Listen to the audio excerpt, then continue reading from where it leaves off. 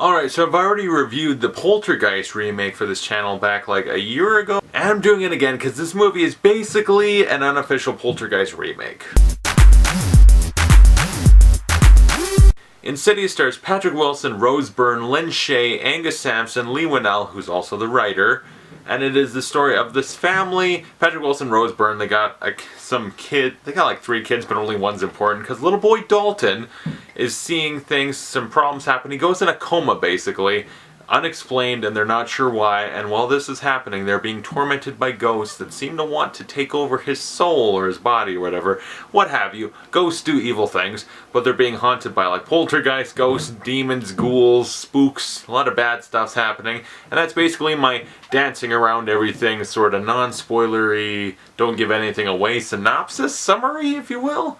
But there's a lot to it. Not really. There's one like gimmick that I don't necessarily want to spoil because that's kind of a big part of the movie, so I won't give it away. And also, this movie's directed by James Wan, the same guy who brought us the first Saw movie, Death Sentence with Kevin Bacon, which is badass.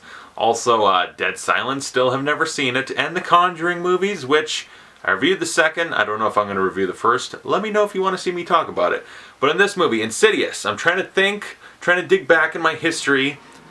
When this came out, what year was it even? 2011, I think? Where was I? Where was I in life? What was I doing? How did I see this movie? I was 15 when this came out, and I didn't actually see it in theaters. Back then, I went with some family or whatever, and half of us watched Insidious, the other half, me included, went and saw Scream 4. I was like very excited, yeah, Scream 4, because I love the Scream movies, and I really enjoyed myself with that. But then the people that saw Insidious were like, that was so scary, that was terrifying. And I didn't regret watching Scream 4, but I was like, I kind of wish I saw that too, because they made it sound really scary and creepy. And Scream 4's half comedy, so it's a different thing. I want to be scared too. I want to be in on it. It was the new big thing at the time. And so when it came out on like Blu-ray, I rented it with my mom, and we were terrified. I remember the first time I saw this, spooked completely, terrified, scared, had trouble like going to bed, whole room's black. I'm like, something's gonna come get me right now. Terrified. It was that, I was scared by the movie. And I've seen it a couple more times since then, but not that many actually. So rewatching it just the other day, it was like, it's all still a little bit new to me. I still don't know where everything's gonna go, but it's still a very memorable movie. It's got a lot of things that are gonna stick with you because there's some great, creepy, scary imagery in this movie. James Wan is a great horror director. The guy makes a great horror movie. He's able to have really creepy, scary imagery, really good setups, like long, drawn-out, great tension to set everything up, good lighting, creepy atmosphere. So the movie's obviously fantastically directed. Like I said, everything he does good, he does with this one, really. And also, like jump scares, just things meant to startle you, or still, he does those great because it's never false bullcrap scares. If something's gonna pop out and be like threatening, it's because it's a ghost. It's like, I'm here to scare you, I'm a ghost. I'm probably gonna fucking hurt you. Who knows? So I appreciate that too. If he's gotta revert to jump scares, he still makes them good. So the guy can make a great horror movie. And then all the acting involved, really good. Patrick Wilson I like a lot. Rose Byrne, really, really good. And goddamn, there's a part in this movie, it's like right at the beginning, she's waking up and she's got like some monkey banana PJs on. It's just like, I want to come over and snuggle you. So, yeah, and then the kids are fine, even though that is a problem with this, and also with his other movie, The Conjuring. There's a lot of kids. It's like, really, Dalton is the important one, because he's the person that everyone's happening to. There's also a little baby, which leads to some good stuff, but then there's a third kid that just, he's not important, and I don't think he does much of anything in the movie, and they just kind of forget about him and send him away, so it's kind of a bummer there, like, so many kids, not all of them are important, but oh well. And then other supporting characters, Lynn Shaye, really damn good. She's great in this, honestly. And then Angus Sampson and Leigh Whannell, they come in as basically Mormon ghost hunters, if you will, and they're good. They're a good comic relief. And like I said, this movie's basically an unofficial remake of Poltergeist. There's a lot of elements where it's like, that's totally Poltergeist. There's clearly some inspiration. Yep, that's kind of, you can definitely tell James Wan's a damn big fan of the movie and wanted to like, I want to capture some of that magic and bring it to my movie. But it's not all ripping it off. There's still some original cool stuff.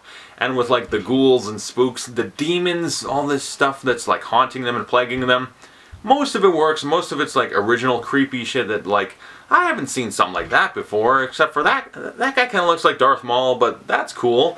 Like the Black Bride, terrifying. That's the thing, that's the spook from this movie. That's the thing that's like, of everything else, That scared me, and I still, to this day, if I gotta go upstairs, like I go upstairs and there's the front door at the end of the stairs with a window. And it's always blackness and darkness. And I'm worried she's gonna like be there. That still scares me. But then there's some other ones. There's one dude who's a ghost that he basically looks like a greaser New Yorker or something. Like he's got the long slick hair and a leather jacket. He's like, hey, give me the baby, I'ma scare you. Whoa! Like that's what he looks like.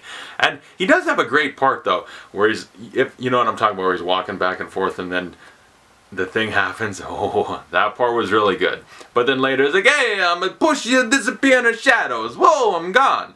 Like he was kind of lame.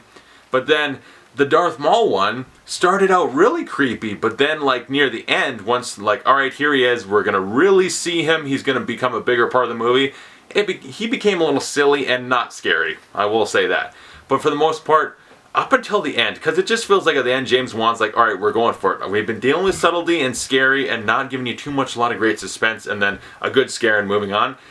Like the last little bit, he's like, just go for it, do it all. He really, like, he didn't hold back. He wanted to give you everything, and it wasn't that scary because there was a lot of the Darth Maul thing, which by the end of it didn't really work. There's times where it should be scary, but it's more just kind of funny. Like, that doesn't really work, so it's kind of funny. But overall, it's still a scary movie. It's a really well-made movie, even though, yeah, it has a little element of humor unintentionally, because sometimes Darth Maul's kind of silly. He clearly had inspiration from other horror movies, but he kind of took it and did his own thing, and it's a cool movie. It's an influential movie. It's a really good movie. I still like it. It still scares me, and there's stuff from it. There's imagery, creepy moments, a lot of great creepy scares and scenes. Rose Byrne with the baby monitor, like so many things that happen are like, they're still up here because there's scary stuff that I remember. I enjoy Insidious quite a bit. It's a really good horror movie, great even, you could almost say. I would give it a B+. It's really damn good. You should definitely check it out. If you've seen it, let me know your thoughts on it in the comments below.